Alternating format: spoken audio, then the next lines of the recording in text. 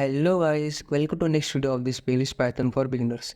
Currently in this playlist we are exploring data science basics. So let's continue the exploration journey. For that let's move to our destination folder. So guys, this is our destination folder as you can see. Currently in this video series we are exploring Titanic Dataset. Now let's continue the journey of exploration by opening this folder in Jupyter Notebook.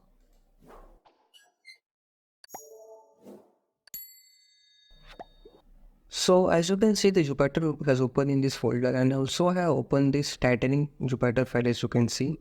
Now let's take a quick recap of this data file. So first part was data exploration, where we simply imported pandas, loaded dataset, printed top 10 values of dataset. After that printed the shape, then printed sample values. After that we did some data cleaning by which we understand that age, cabin and embark has null values. Then we simply remove these null values by dropping a column, replacing a column by its mean and replacing columns or null values by capital S. Then we simply printed the output and we make sure that the entire dataset is clean. After that we simply perform some data analysis by describe method. Then we imported famous data visualization tool or library with Seaborn. Then we simply counted or represented the survived dataset or survived column using count plot. Then in the next step we simply displayed the survived dataset based on the gender. Then after that based on the richness or P class. After that at the end we discussed or represented the data based on embark or picking point of this dataset. Then we encoded the categorical column by simply replacing this sex and embark column by male with 0, female with 1, S with 0, C with 1 and Q means 2.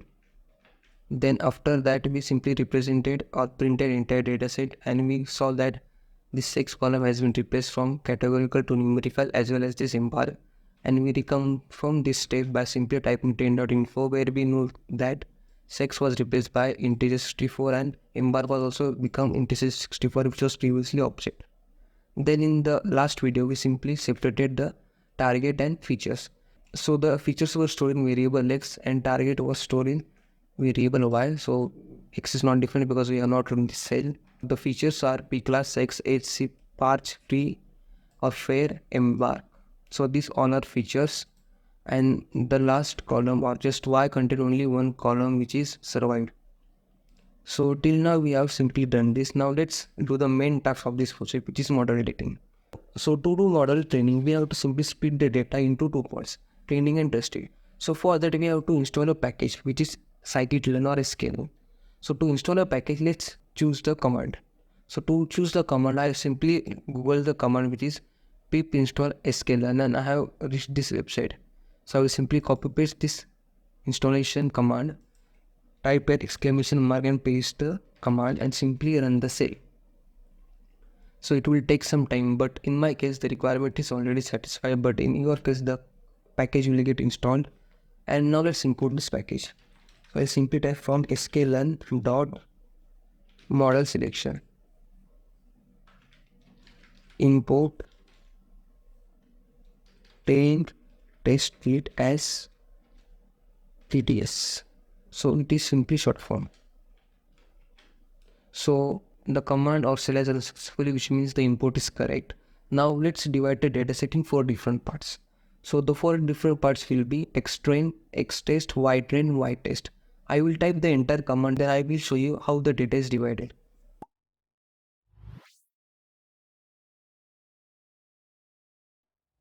I have written the command to split the data. Now I will explain the 4 inputs here. So inputs are xtrain, xtest, ytrain and ytest. So what are these inputs? So I have found an amazing blog on GFG, so let's explore that blog. So I have divided the dataset into 4 values: xtrain, xtest, ytrain, ytest. So the train set. So the training set is a set of data that was utilized to fit the model. The dataset on which model is trained. This can be seen and learned by model, which means, so in this data the entire value is of 891. So let's assume 650 rows of entire dataset will be come under this xtrain, and this xtrain values only contain the features. What are the features? So these are all the features, and this xtest will contain the output of it, which is the y, and this is white train and white test, which means when the training is completed, then we have to test the accuracy of our model. To do so, we pass the model with the data which is not seen by model. And we can simply calculate the accuracy score of model using accuracy score method of this scikit-learn package.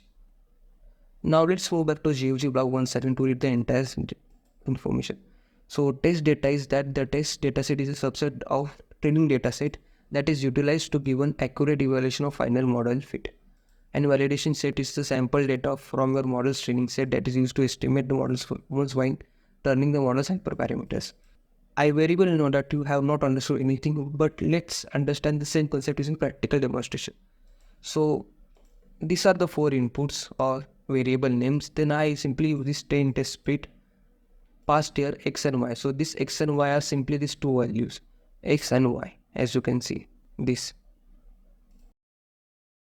After that, I have simply set test size as 0.25, which means 25% of data will be allocated for testing purpose and 75% of data will be used for training purpose. And after that, I have added one more parameter, which is random state 42. So what is random state? So random state can be any number between 0 to I think infinity or normally 100. So whenever we change the number, the data set gets shuffled in a random manner, and based on the random manner, the values get stored in this data. So you can't assume that the first 600 rows will be stored to this X train and X test, and remaining rows will be get stored in the Y train and Y test. So before splitting the dataset will always get shuffled, and after that only the values will be get stored in these variables. Now let's run the cell. So the cell has run successfully. Now I will simply try to print all these values. So I will simply type in print. So this is a splitting of dataset. So X train contains 668 rows out of 891 rows and 7 columns. And X test contains remaining 223 rows and 7 columns. So which means the X train contains the training dataset and X test contains the testing dataset.